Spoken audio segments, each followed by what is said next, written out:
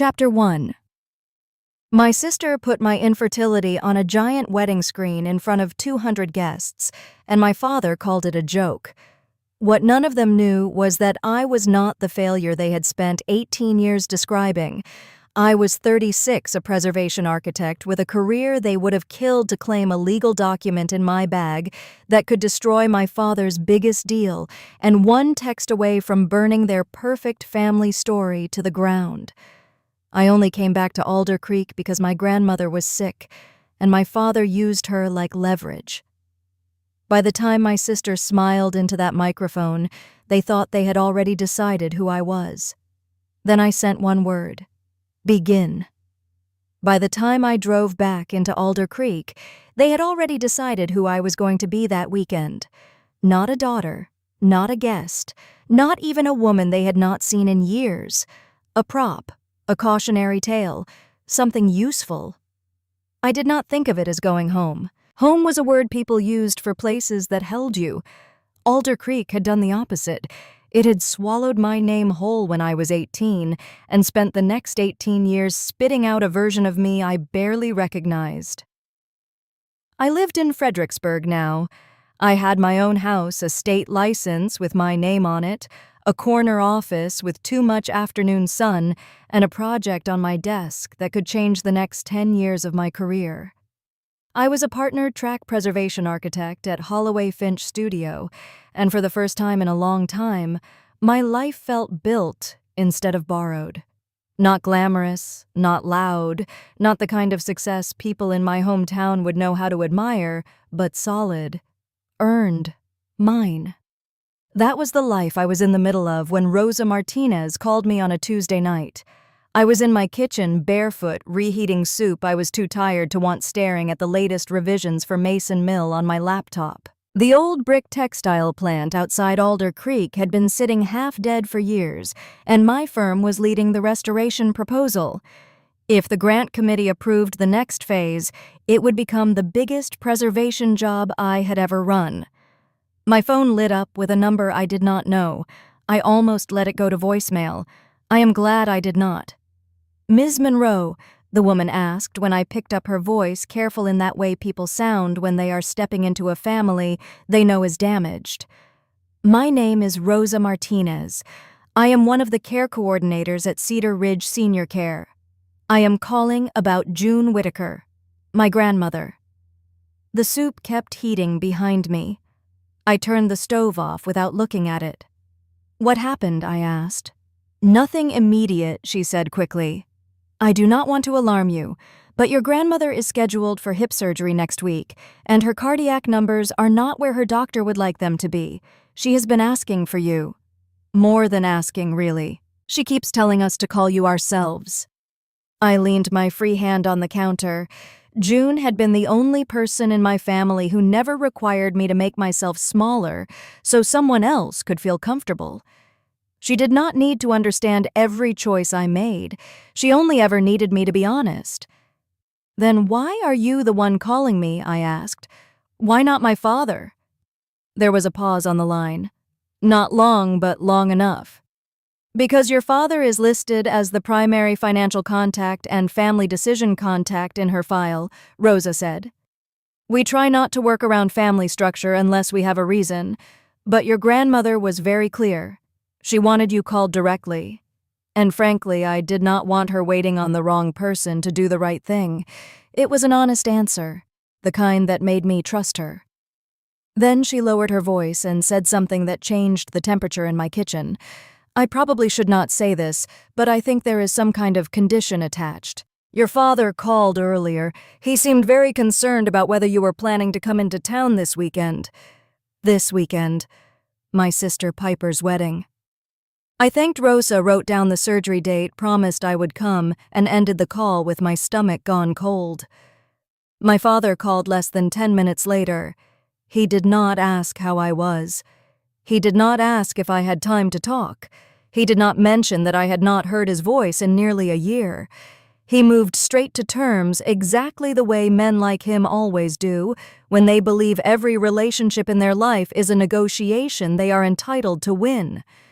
"If you want to see your grandmother before the procedure," he said, "you can start by showing up this weekend and acting like an adult for once." I let the silence sit there for a beat. "Hello to you too," I said. He ignored that. "Piper is getting married on Saturday. The Winslows will all be there. There will be investors, board members, people whose time matters. If you come into this town carrying your usual grievances, do us all a favor and stay away." My usual grievances. That was one way to describe being thrown out of your own family for refusing to hand over something that was not theirs. "You are using Grandma to get me to your wedding," I said. "No," he answered, cool as polished glass. "I am giving you an opportunity to prove you can still behave like you belong to this family." I laughed once because sometimes that is the only sound disgust has. "I stopped belonging to this family when you decided I was easier to erase than listen to." His voice hardened. "I am not doing this over the phone. Be at the house tomorrow at 6.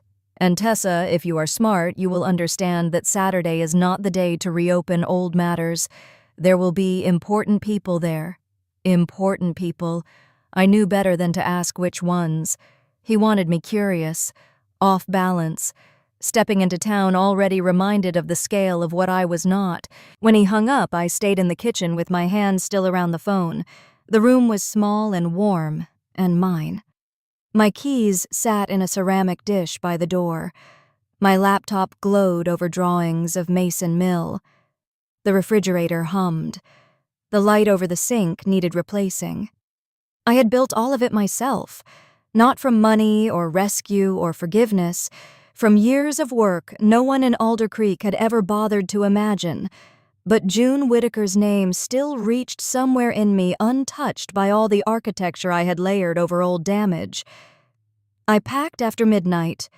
The next afternoon I drove south under a washed-out sky, 2 hours that felt like crossing back through versions of myself I had spent half a life escaping. The closer I got to Alder Creek, the flatter my breathing became. Not panic, not anymore. Something older than that. Recognition. The Monroe house looked exactly the same. White columns, dark shutters. Front walk lined with trimmed boxwoods my mother still probably checked with ruler-straight precision. Even the porch lanterns looked self-satisfied. My mother opened the door before I knocked twice. Elaine Monroe had the kind of face that had aged beautifully, because it had never once been required to hold anything honest for very long. She kissed the air beside my cheek and stepped back to look me over as if I were a dress she was deciding whether to hem. "You look tired," she said, "but healthier than the last time I saw you." I had learned years ago that with my mother, concern was usually just a prettier accent for criticism. Piper's voice came floating from the dining room before I reached it. "Is that Tessa? Because if so, she is late." Of course I was. My father stood at the head of the table napkin folded with military precision. Piper glowed at one side of him in a cream sweater that probably cost more than my first month of rent when I was 19.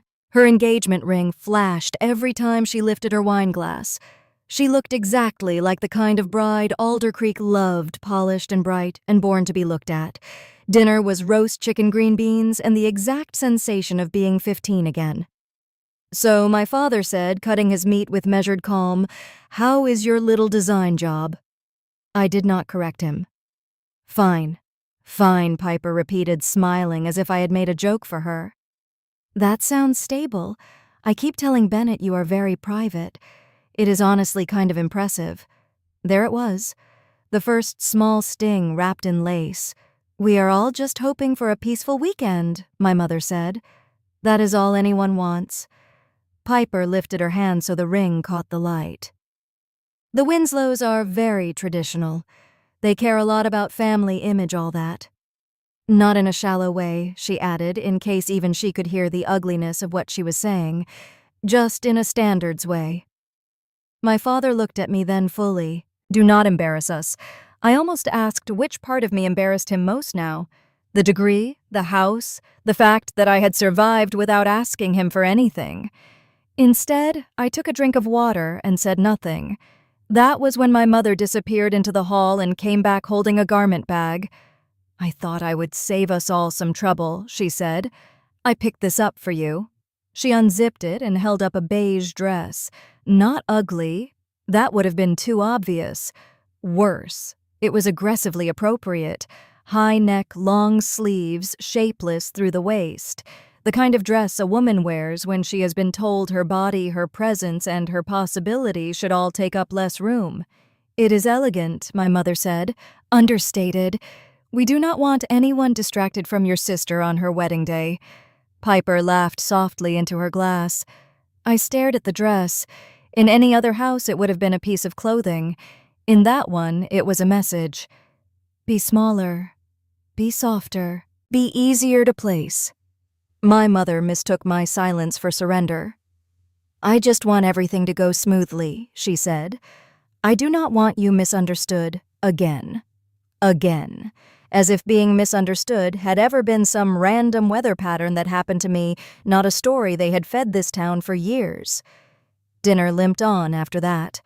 My father asked nothing he wanted an honest answer to. Piper talked about floral installations and seating charts, and the violinist they had flown in from Charlotte. My mother kept rearranging things no one else could see were crooked. When I finally got up to leave, my father reminded me to be back on Saturday by 1 and told me where I would be seated at the reception, as if assigning a place card were the same as assigning my value. Outside, the air had turned cold. I stood beside my car with the beige dress folded over one arm and looked at it through the windshield light. It looked less like fabric than a costume someone had chosen for the role they needed me to play. My phone buzzed. A text from Rosa. "She asked for you twice tonight." That did it. I put the dress in the passenger seat like evidence, not clothing, and called Ethan Cole. He answered on the second ring. "Well, he said from the sound of your breathing, I am guessing family dinner was not healing." I looked back at the lit windows of the house where every room had once taught me how dangerous politeness could be. "No," I said. "But now I know what kind of weekend this is going to be." There was a pause. Then his voice changed steadier. "Do you want me there?" I kept my eyes on the house. "If I walk into this blind, I said they are going to do what they have always done." "And what is that?" he asked. "Use me for whatever makes them look best." Another pause. "Then do not walk in empty-handed," he said. I stood there with the phone to my ear, my mother's beige dress in the front seat, my grandmother waiting for me across town, and my father's house glowing behind me, like a place that had spent years mistaking control for love. For the first time since I crossed into Alder Creek, I did not feel like I was arriving unprepared. I felt like I was being warned in time. Chapter 2. People in Alder Creek still said I left because I was difficult, as if stubbornness were some wild flaw in me, and not the last thing they failed to beat out of me. The truth was simpler and uglier. I was pushed out because I said no to a man who had spent his whole life treating ownership like a personality trait. In 2008, I was 18 years old, and still naive enough to think that if I explained myself calmly, people who loved me might care more about what was right than what was useful. My grandmother, June Whitaker, had signed over 2.4 acres on Willow Creek Road to me the year before. On paper, it looked small and half-forgotten, a narrow strip of land at the edge of town with a shallow creek cutting through one end, a stand of old oaks leaning over the road, and enough wild grass in summer to make the whole place look abandoned if you passed too fast. I loved it immediately, not because it was valuable. I did not know it was. I loved it because it was the first thing anyone in my family had ever given me that did not come with instructions on how to deserve it. My grandmother had stood with me out there one afternoon, her cane sinking into the soft dirt, and said, "This is yours, because I wanted something in this family to belong to someone who knows how to leave a thing alone long enough to hear what it is." At 18, I thought that meant she trusted me. What it really meant was that she had already lived long enough to know exactly who my father was. Back then, Grant Monroe was not just my father. He was a man in the middle of turning himself into one of those local kings small towns produce, when enough people mistake money for character. He had started buying up land around the north end of Alder Creek for what would later become the early shell of Oak Hollow Commons. Retail, mixed-use, residential expansion, the kind of development every county board member pretends is progress, when what they really mean is profit. I did not understand then that the little parcel on Willow Creek Road mattered because it connected access in a way he needed. It was not the biggest piece. It was the cleanest missing piece. I learned that the afternoon he called me into his office, not an actual office downtown, his office in our house. Dark wood-framed maps, 2 windows he kept half-shuttered even in spring because he liked rooms that looked expensive and felt slightly airless. My mother was there already, sitting in one of the leather chairs with her legs crossed, a teacup balanced on her knee. Piper was in the doorway 15 and restless, old enough to understand tension, but young enough to still believe the person with the loudest certainty was probably the one in the right. My father slid a folder across the desk. I did not sit down. "What is this?" I asked. "A transfer," he said. "Temporary, really. The cleanest way to fold the Willow Creek parcel into a larger holding company." I looked at him, then at the papers. "You want me to sign the land over?" He leaned back in his chair as if I had failed an obvious test. "I want you to think about the family instead of acting like a child with a toy." My mother gave me a small, tired smile, the one she used when she wanted me to believe reason and surrender were the same thing. "Your father is building something important, Tessa." Tessa? They had called me that my whole childhood, a softer, smaller version of Teresa, which was my legal name, and the one I started using the second I had the strength to insist on it. "It is not his," I said.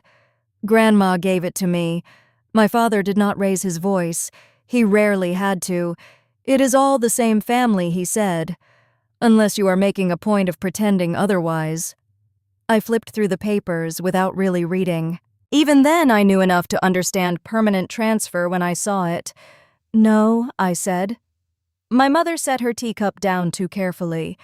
"Teresa, do not be dramatic." "I am not being dramatic," I said.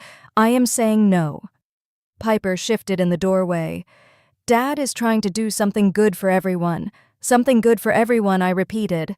That was always how it got phrased in our house. Someone else wanted something. I was expected to give it up. Then if I hesitated, the selfishness became mine. My father folded his hands on the desk. "Let me make this plain. We have invested years and money into a project that will benefit this entire town. Jobs, tax base, long-term growth.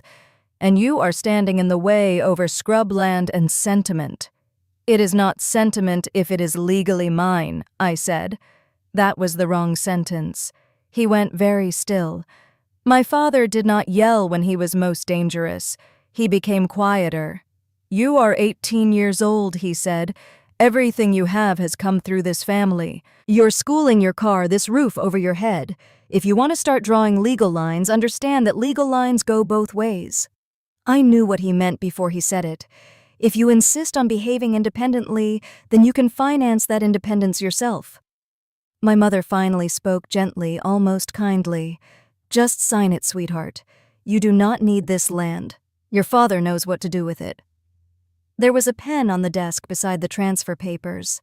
My mother nudged it forward with 2 fingers. That movement has stayed with me longer than some people remember births and funerals. Not because it was dramatic, because it was not. Because it was small, refined, civilized, and absolute. I remember looking at her and realizing she was not trapped there with him. She was choosing him. She was choosing order, image, a future that stayed clean and profitable and easy to explain at church luncheons, and I was the thing she was willing to give away to keep it all neat. "Do not make me choose between peace in this house and your pride," she said. I looked at her and thought, "You already did." I did not say it. I said no again. My father stood. "Then we are finished here." That was how quickly it happened. No screaming, no slammed doors, just a sentence that dropped like a locked gate. The college fund disappeared first. He told me at breakfast the next morning as if he were reporting the weather. Since you have chosen adulthood, he said you can begin paying for it. By that afternoon, he had canceled the credit card attached to his account. By the end of the week, he told me I had until Sunday to get out. Piper cried once quietly in the hallway when she thought no one could hear, but she never said a word to stop it. Years later, I would understand that some people learn very young that love in a house like ours is conditional, and their first loyalty becomes proximity to power. My mother helped me pack. That was the cruelest part. She folded sweaters with the same neat hands she used for table linens. She made practical suggestions about storage tubs. She told me not to be theatrical when I started crying because my father hated scenes. At one point, she held up a winter coat and asked if I wanted it, like she was helping me prepare for college instead of exile.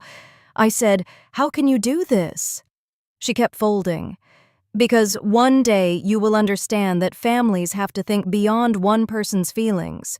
That sentence taught me more about my mother than any argument ever could. My father told people I had left on my own.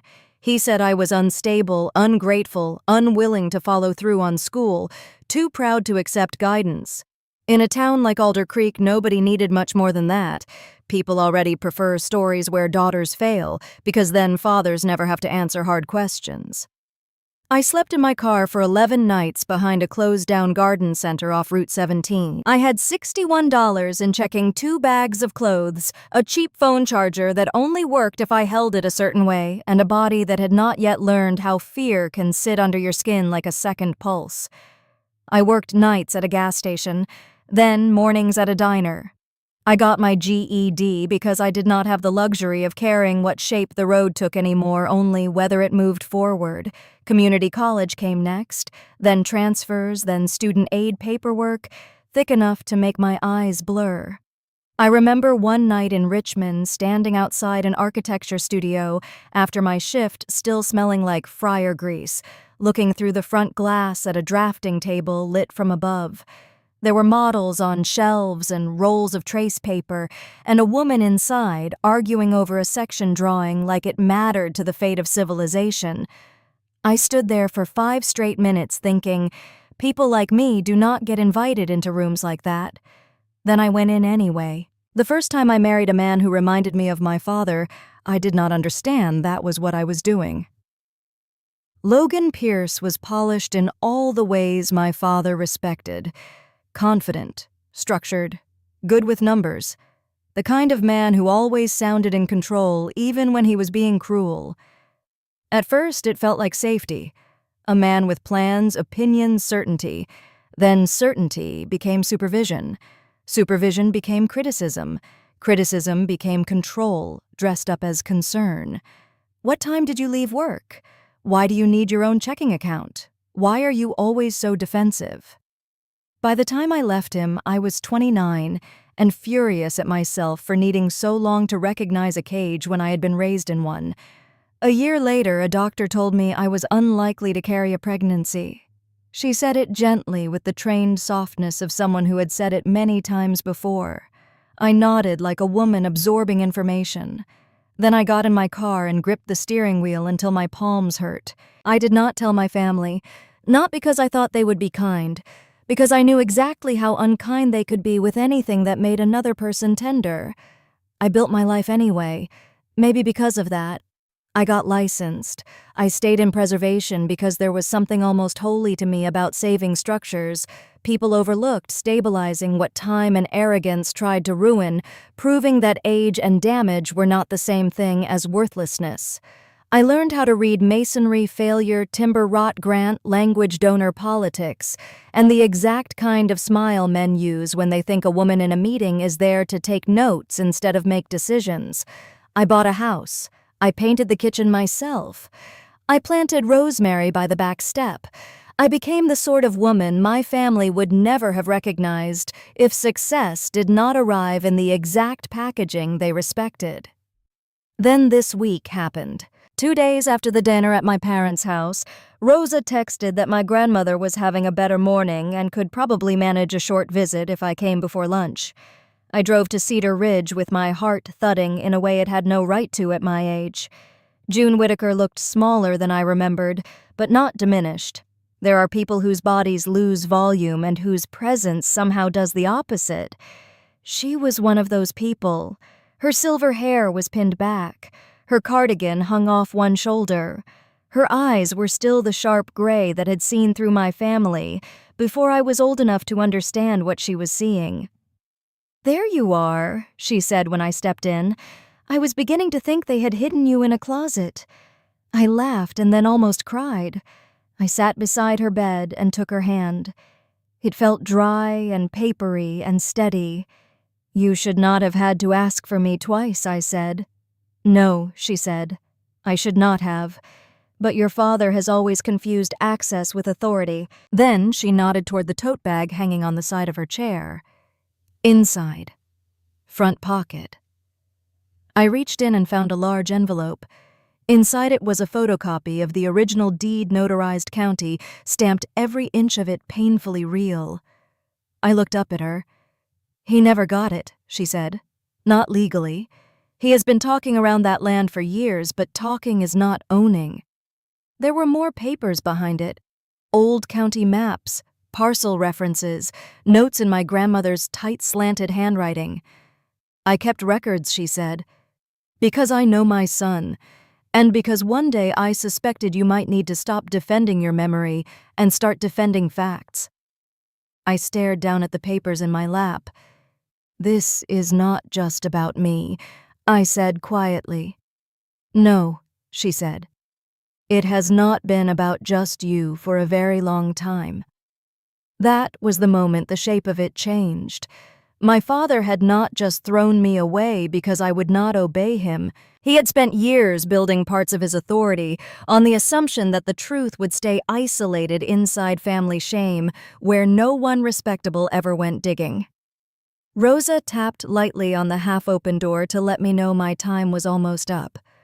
I kissed my grandmother's forehead before I left. She squeezed my hand once and said, "Do not let them turn you into a smaller story than you are." I carried the envelope out to my car like it might detonate. I got in, closed the door, and sat there with the deed in my lap and both hands on the steering wheel.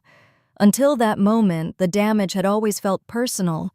Now it had edges, paper trails, parcel lines, signatures, lies that could survive in a family for years, but might not survive daylight.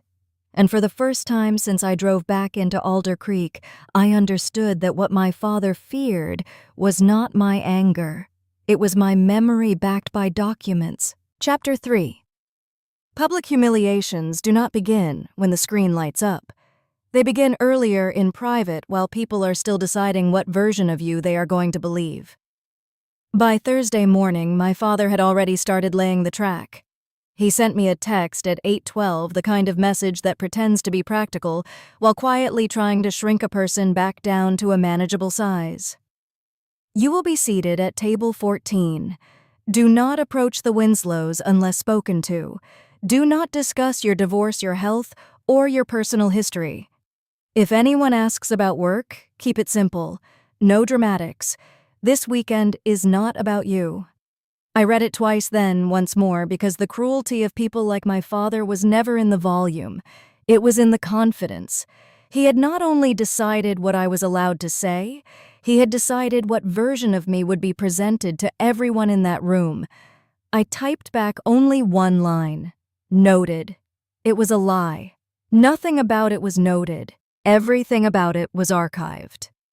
I took the screenshot, sent it to Ethan, then dropped my phone on the kitchen table and opened my laptop. Mason Mill filled my screen again. Old brick elevations, timber notes, revised stormwater markups, the sort of work I had spent years earning my way into. I clicked over to the grant file and pulled up the contact sheet I should have looked at more closely days ago. There it was. Vivian Winslow, Chair Winslow Preservation Foundation. I sat back in my chair. I had emailed her office for months.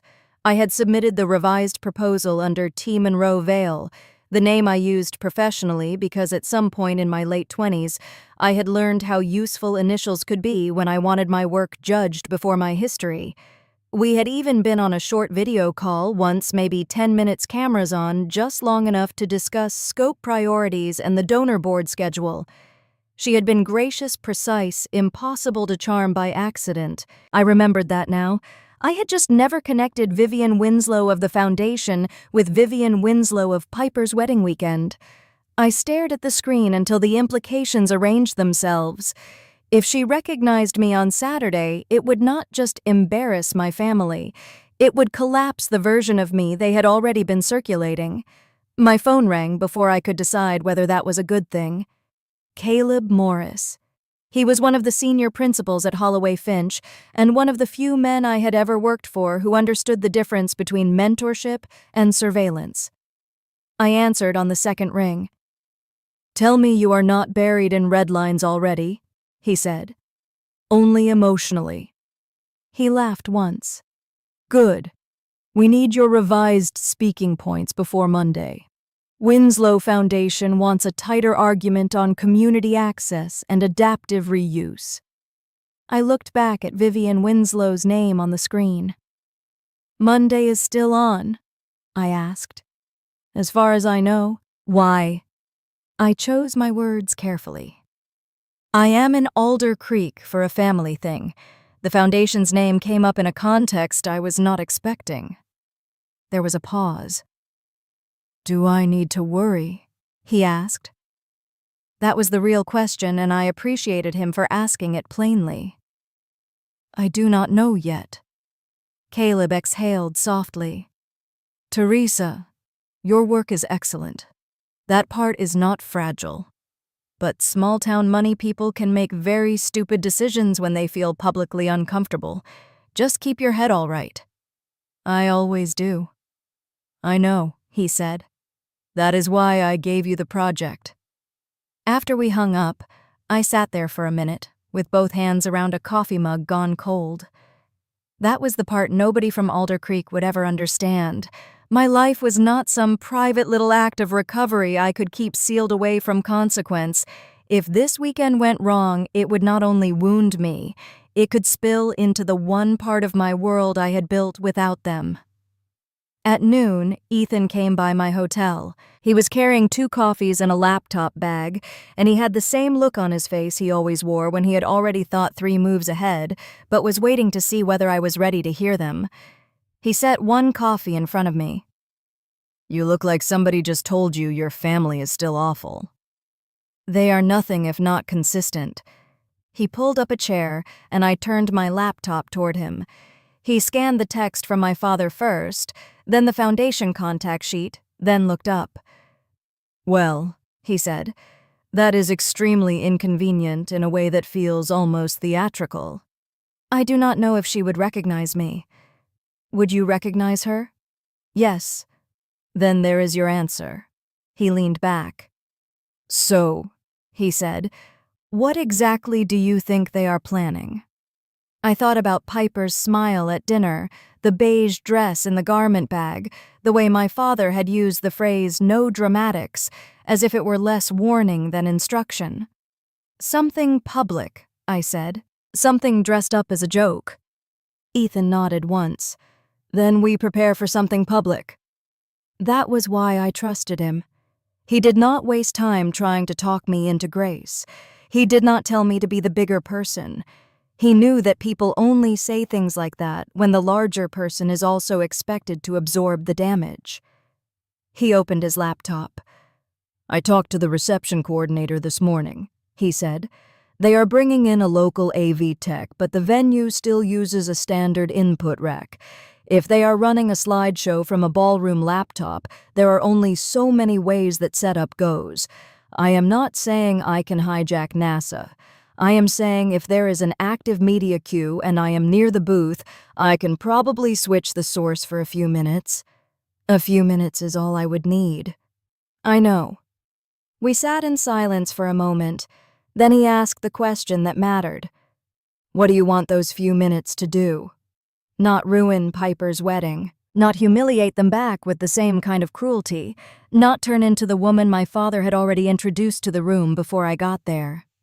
"I want the truth in the room," I said. "That is all." He gave me a look that said he knew all was doing a lot of work in that sentence. Then I started building the file.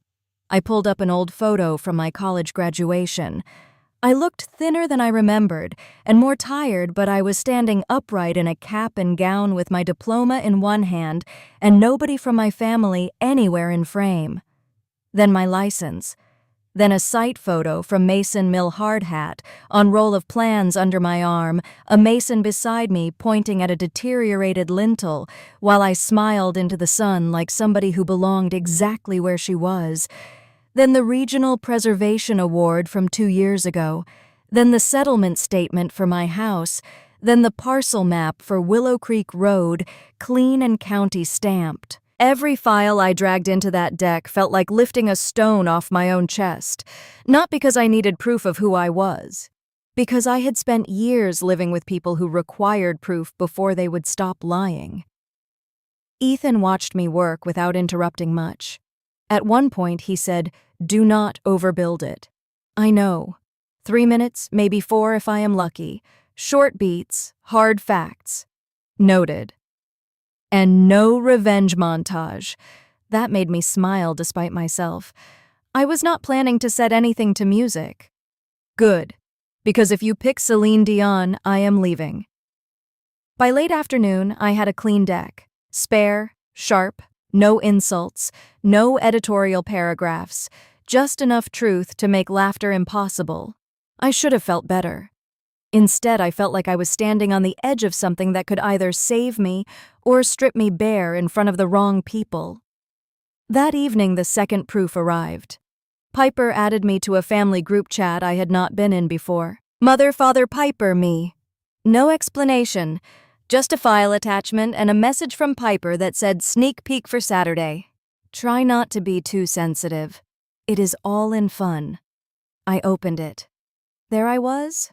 Not really me, of course. Some old photo she must have pulled from social media or an ancient family drive chosen because I looked tired enough to help her case.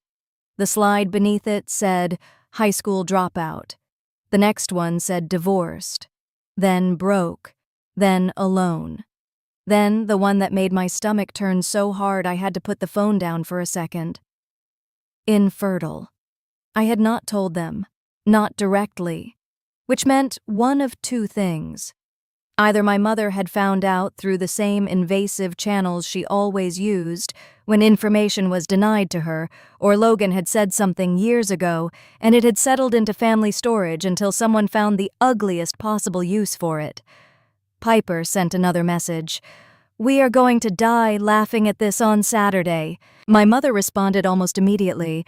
"Just keep it tasteful." That was all. Not "do not do this," not "this is cruel," just keep it tasteful.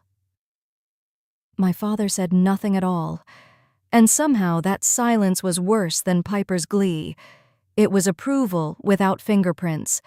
I took screenshots of everything, every slide, every message, and sent them straight to Ethan. He called within 30 seconds. "Are you all right?" "No." "Good," he said. I blinked. "Good." Good, because if you were telling me this did not matter, I would know you were about to do something stupid from a place of shock instead of strategy. Listen to me. This is intent. This is not family dysfunction. This is planned public humiliation. I sank down onto the edge of the bed. They are really going to do it. "Yes," he said, "and now we know." I looked across the room at the garment bag hanging from the closet door, my mother's beige dress zipped inside it like a body bag for a version of me they still expected to control. "What if this blows back on Mason Mill?" I asked quietly. "What if they paint me exactly the way they always have?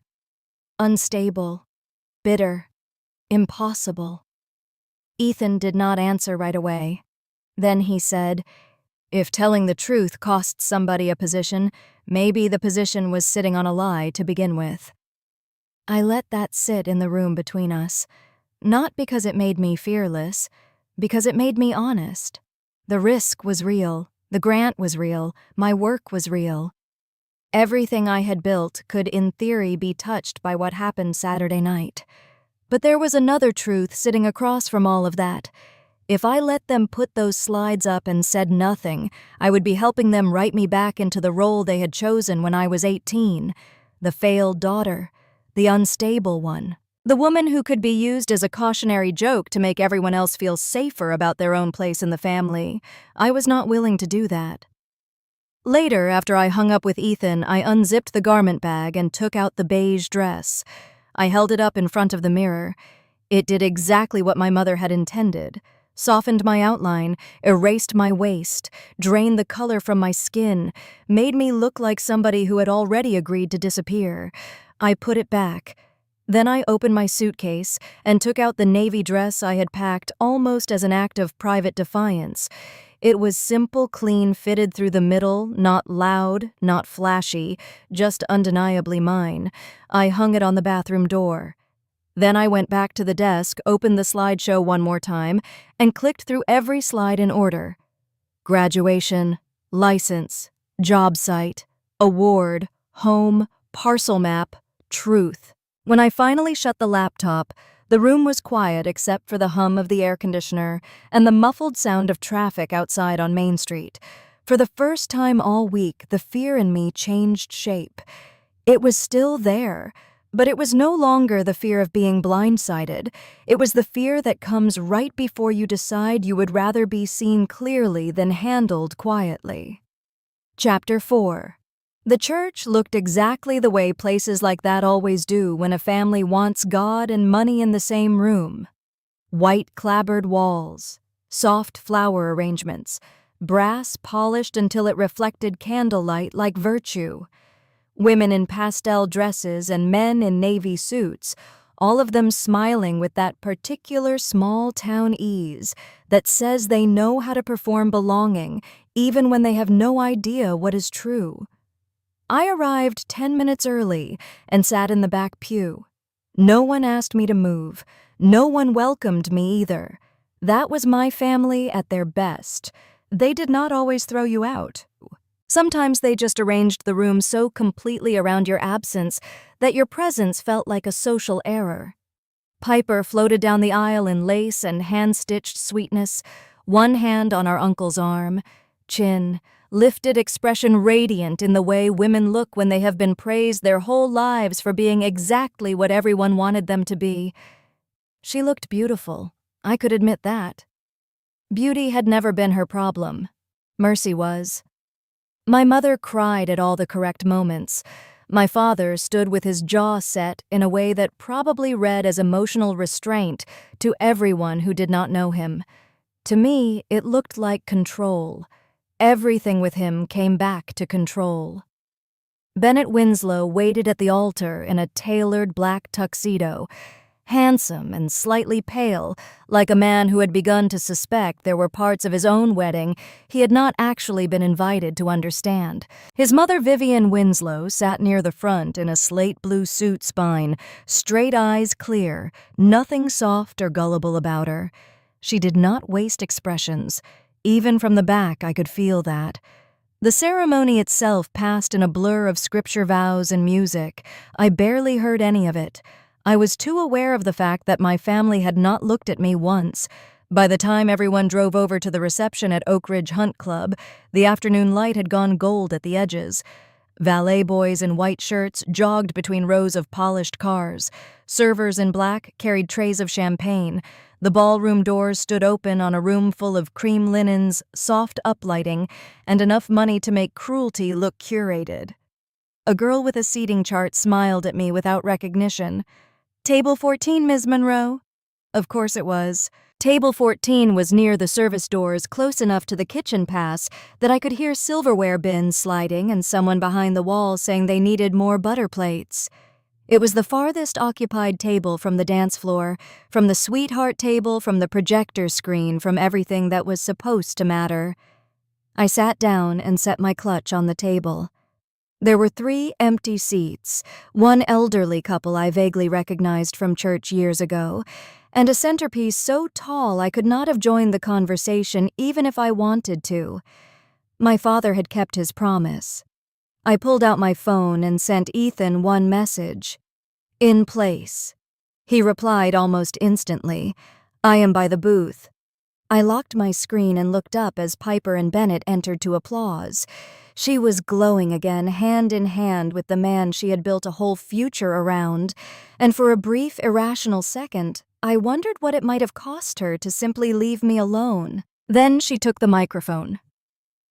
I just want to say thank you, she began, smiling out across the room. To our family, our friends, our community, to everyone who helped shape us and bring us here. There was a collective murmur of approval. She thanked our parents first, of course. She thanked Bennett's parents.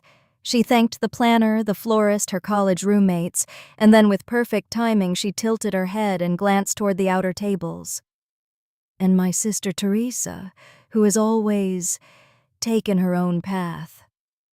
A few people laughed softly. Not because the line was funny, because she had delivered it with just enough affectionate exasperation to make them think they were being invited into something harmless. I felt the room make space for the joke before it had even landed. Dinner was served. Toasts happened. Bennett's best man told a story about college football. My mother beamed. My father relaxed by degrees. Piper's shoulders loosened as the room continued to love her exactly the way she expected to be loved. Then the lights dimmed. A few people clinked their glasses. Piper stepped toward the screen with the microphone still in hand. We put together something fun, she said.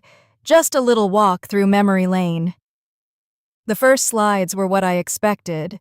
Childhood photos, family beach trips, Piper at dance recitals, Piper in a prom dress, Piper grinning on a porch swing with our mother, Piper blowing out birthday candles under the kind of warm domestic lighting that made our family look like the story they had always sold. Then the sequence shifted. A title card came up. The people who made me who I am. My mouth went dry. My father leaned back in his chair, satisfied. My mother lifted her glass. Piper smiled toward the room like a woman about to give everyone exactly what they came for. The first photo of me appeared. Not recent, not even flattering. Something old enough to make me look wan and uncertain. Underneath it, one word: dropout. A few people laughed. Another slide: divorced. More laughter, thinner now. Broke. Alone. By the time the fifth one hit the room was no longer comfortably amused. It was confused, unsteady. People were still smiling because they had started smiling, and once adults commit to reading something as social, they will endure a lot before admitting it has become ugly. Then the last slide came up. Infertile. No explanation. No mercy. Just the word in white against a pale background, and a stupid little graphic Piper must have thought made it clever. My body did something cold and immediate, like all the blood in me had moved inward at once. Piper laughed into the microphone. Oh, do not be too hard on her, everybody. Teresa never really liked personal questions. That was it. That was the point where the room changed from humiliating to unforgivable. I picked up my phone and typed one word to Ethan. Begin. The screen went black. There was a ripple of confused murmuring. My father half rose from his chair and turned toward the booth. Then a new title appeared. The Truth About Teresa Monroe. The room went silent so fast it felt mechanical. Slide 1. My graduation photo. Underneath it, one sentence. No one in my family came. Slide 2. Virginia State Architecture License. Slide 3. Me in a hard hat at Mason Mill, one hand braced on a set of plans, sunlight in my eyes. Lead Preservation Architect. Slide 4. Regional Award for Adaptive Reuse. Slide 5. The settlement statement from my house. Slide 6. The parcel map for Willow Creek Road County, stamped and clear. Each slide stayed up just long enough to register, then gave way to the next. No music, No snark, no revenge graphics, just the kind of truth that turns laughter into evidence. My father barked something toward the AV booth. Someone near the dance floor twisted around in their chair. My mother looked at me for the first time all day, and what I saw on her face was not grief or shame. It was fury that I had stepped outside the shape she had prepared for me. I stood up, not at the head table, not on the stage. At my own table near the service doors, where they had sat me down like a discarded thing and expected me to stay there. I did not leave school because I was lazy, I said, and my voice carried farther than I expected. I lost my funding when my father tried to force me to sign over land that did not belong to him. No one laughed. I did not fail at marriage. I got out of one that taught me exactly how easy it is to mistake control for love when you were raised on it. I looked at Piper then because she had earned that, and my medical history is not party entertainment. Piper's face went white under her makeup. I kept going because after all those years, stopping halfway would have been another form of obedience. The most humiliating thing in this room is not me. It is a family that looked at one of their own and decided her pain would make them more interesting. For one long second, nobody moved. Then Vivian Winslow stood, not quickly, not dramatically, just with the kind of controlled precision that made people instinctively clear room around her. She stared at the screen, then at me. "Teresa Monroe," she said. "Are you T. Monroe Vale?" I nodded once. "Yes." A visible shift went through her face, not surprise exactly, but recognition locking into place. "You are the preservation lead on Mason Mill." "Yes." Piper turned toward Bennett as if she needed him to fix reality for her. Bennett did not move. Vivian looked slowly from me to my father. "The woman your family just tried to make into a joke," she said, "is the architect leading the restoration proposal my foundation has spent 6 months reviewing." No one at the head table breathed. My father tried to recover first. Of course he did. "There seems to be some confusion," he said, forcing a smile that never reached his eyes. "This is a family matter, a private joke that got out of hand." Bennett finally spoke, and his voice sounded different than it had all day, less polished, more awake.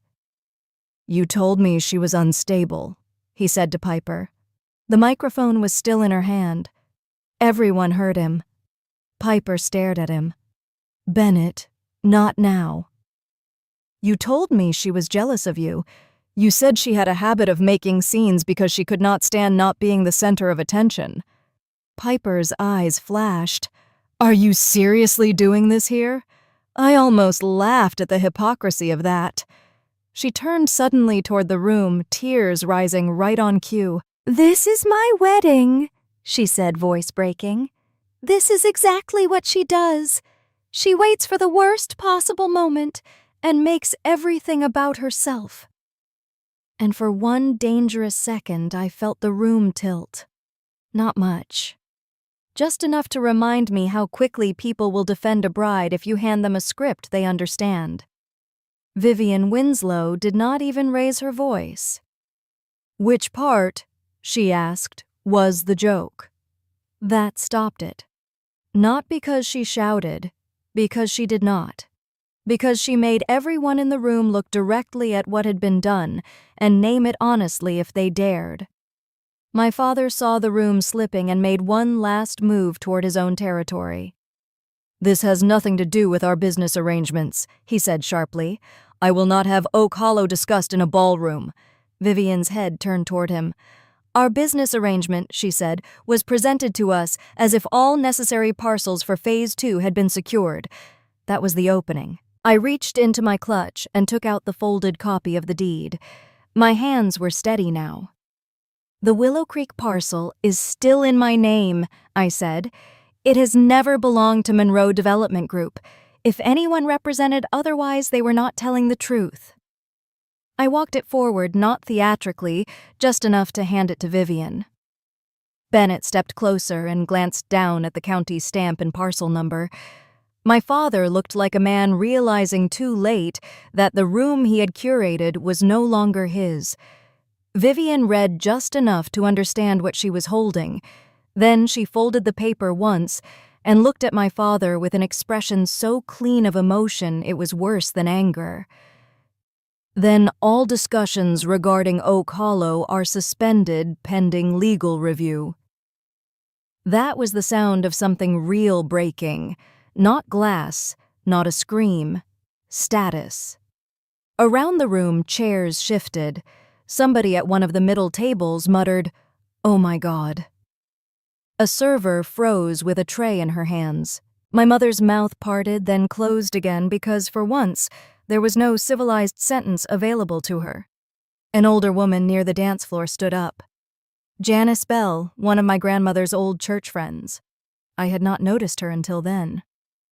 "June Whittaker would be ashamed of this," she said. Then she shook her head and corrected herself. "No, that is not right. June always knew exactly what kind of people you were." A couple at the next table rose and quietly left. Then another.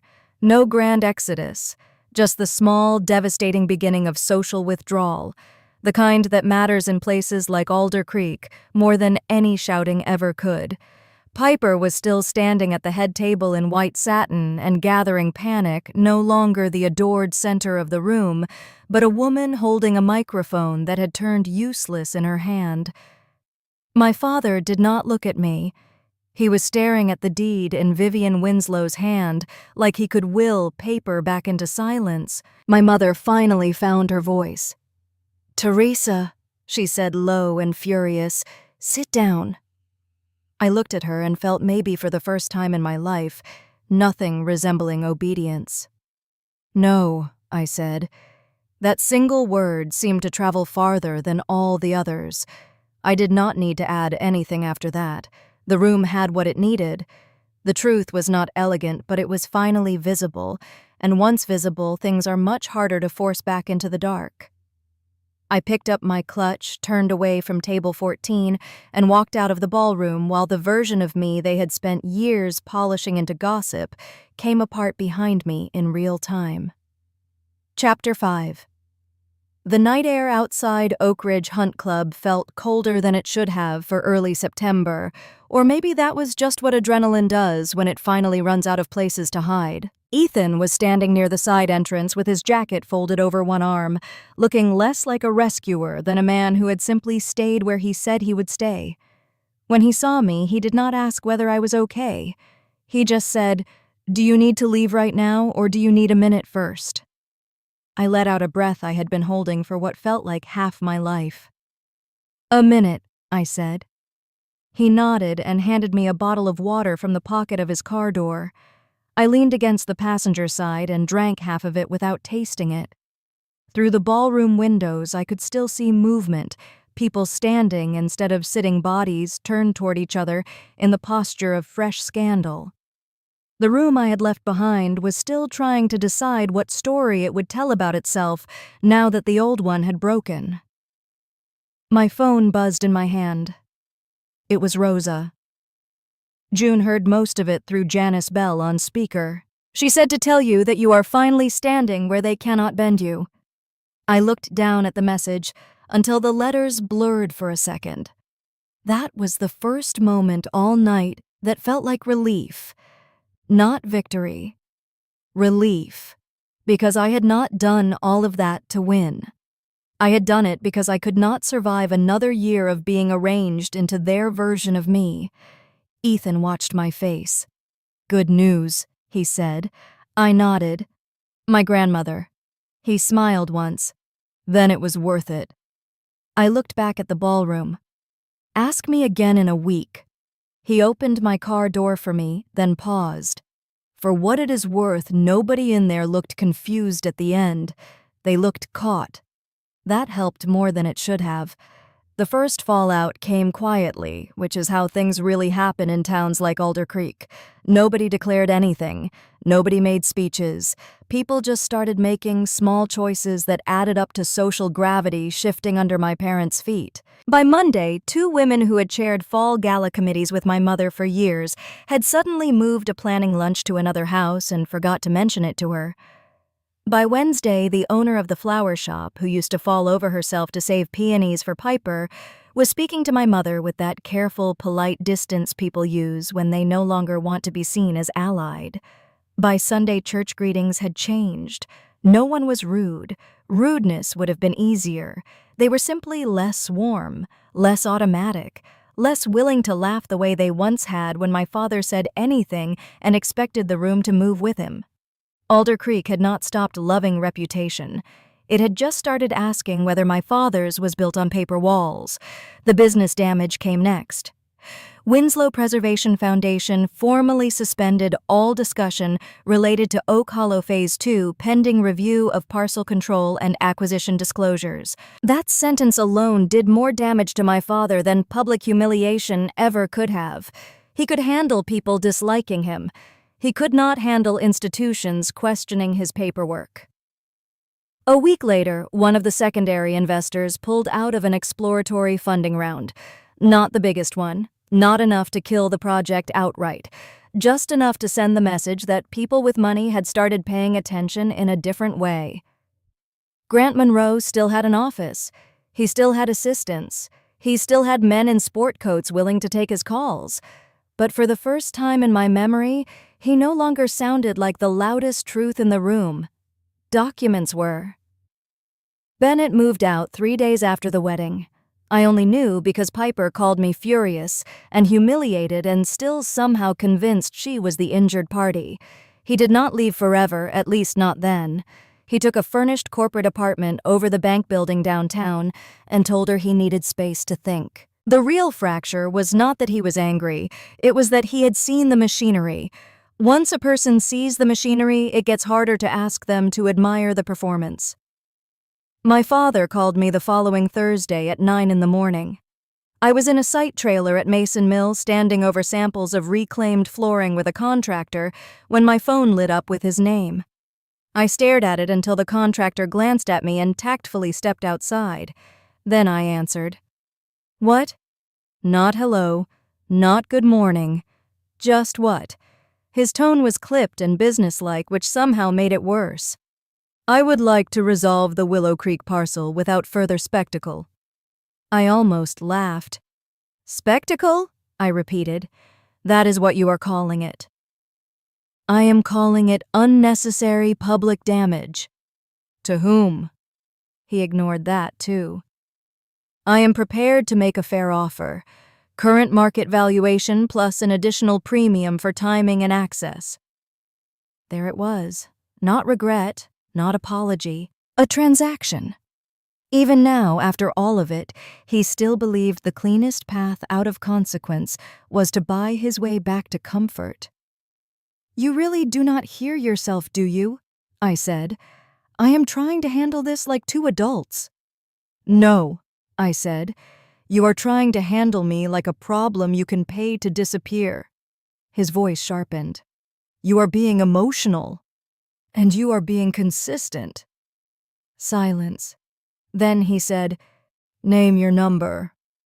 I looked out the trailer window at the brick shell of Mason Mill sun hitting the old factory glass workers moving through the frame of a building people had given up on years ago. For a long second I could hear my old life trying to answer for me, the part that wanted him to want something from me, because wanting was the closest he ever came to admitting I mattered. But I was too old now to confuse need with love. No, I said quietly. You do not get a tidy exit from this through me. Then I hung up. My hand shook after, but only for a moment. 2 hours later, I called Eli Porter, the elder law attorney Rosa had quietly recommended. He already knew enough of the outline to speak in practical terms, which I appreciated. If your grandmother is competent and wants your name on file as a secondary emergency contact, that can be done, he said. This does not undo your father's role entirely, but it prevents him from controlling all access through ambiguity. Do it, I said. There were forms, signatures, phone calls, nothing dramatic, just the slow, sane machinery of process, which felt almost holy after a lifetime around people who believed force and certainty could substitute for truth. By the next week, Cedar Ridge had me listed as an additional emergency contact and authorized family visitor. That mattered to me more than the legal review ever could have. Grant had used my grandmother like a locked gate. Now he no longer had the key. Piper called 2 nights after that. I almost let it ring out, then answered, because some part of me wanted to hear what a person sounds like when they lose the mirror they have been living in. She did not bother with hello. You ruined my wedding. I sat down at my kitchen table and said nothing. She kept going. Do you have any idea what people are saying? Do you know what this has done to me? To you, I said. Yes, to me. It was my day. There was a hollow panic under her anger now, and once I heard it, I could not unhear it. You put my medical history on a screen, I said. You made me a punchline in front of 200 people. Her breathing hitched, then hardened. It was supposed to be funny. No, I said. It was supposed to make me smaller. Silence. Then a different voice emerged from her. Not kinder, just less rehearsed. I did not know it would go that far. That is not true. She did not answer. I could hear her swallow. Finally, she said much quieter, Do you know what it was like growing up with you looking at me the way you did? I blinked. The way I did? Like you knew I was the one they picked, like I had taken something from you just by being there. For the first time in the whole call, I heard something almost honest. Not remorse. Exposure. You did take something from me, I said. Not because you were loved, because you were taught that being loved meant letting them feed on me in front of you and calling that normal. She started crying then, but not the clean, ornamental crying she had weaponized at the reception. This was messier, angrier, less useful. I do not know who I am if I am not the one they chose, she said. That sentence landed in me harder than I expected, because there it was, the center of her. Not evil, exactly. Emptiness shaped like preference. I let the silence hold for a moment. Then I said, Growing up inside something toxic explains you. It does not excuse you. She did not speak. If you want a life that is not just mom repeated with better hair and softer lighting, get help. Real help. Not an apology tour, not damage control. Help. When I ended the call, I did not feel triumphant. I felt finished. My mother texted 3 days later. I am sorry things went too far. That was all. No naming what she had done. No acknowledgement of the years before the ballroom. No mention of the dress, the silence the pen pushed across the desk when I was 18, the way she had stood beside every erasure and called it peace. I looked at the message for less than 10 seconds before setting my phone face down. Some apologies are written to preserve the person offering them, not to repair the person receiving them. I did not answer. The call from Vivian Winslow came the following Monday afternoon. I took it in my office with the door closed. Ms. Monroe, she said. Mrs. Winslow.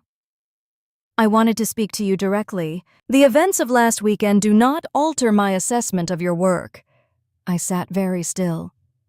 We are continuing review of the Mason Mill proposal, she said, based on merit. Not pity, not compensation. Merit. Thank you, I said. She was quiet for a beat. Then she added, For what it is worth, competence is usually easier to trust when it survives bad families. It was the closest thing to tenderness I had heard from her, and because it came without performance, it meant more. A few days later, I drove back to Cedar Ridge. No calls to my father. No permissions negotiated through someone else's pride. I signed in Rosa, smiled when she saw me, and nobody acted as if my presence required a vote. June was sitting by the window in a cardigan the color of faded lilacs, a blanket over her knees, a book open on her lap she was not really reading. "There she is," she said when I walked in. "The one with decent timing, after all." I laughed and kissed her cheek. We did not talk much about the wedding. We did not need to. She squeezed my hand once, looked at me for a long moment, and said, "You do not have to go back there to prove anything now." I knew she meant more than the club. When I left Cedar Ridge, I drove the long way out of town. At the fork near Hawthorne Road, the route home split in two directions. Left would have taken me past my parents' house, past the porch columns and trimmed hedges, and every room where I had learned how expensive silence could become. Right took me toward Mason Mill. I did not hesitate. The old factory rose out of the trees a few minutes later, brick glowing deep red in the late afternoon light. Scaffolding climbed one side. Temporary fencing shimmered in the heat. Men in work boots moved through doorways that had once been boarded shut. It was not finished. It was not pretty yet. But it was honest. It was becoming itself in full view. I pulled over at the edge of the site and sat there with both hands on the steering wheel, not because I was lost, but because I finally was not. I had not gotten my family back. That was never really on the table. What I got back was the right not to need them in order to recognize my own life. And if you have ever heard an apology that sounded polished enough to be respectable but still never touched the real wound, then you probably know exactly why that matters. If this story stayed with you, stay with me. Tell me in the comments what line you think should never be crossed, no matter whose name you share.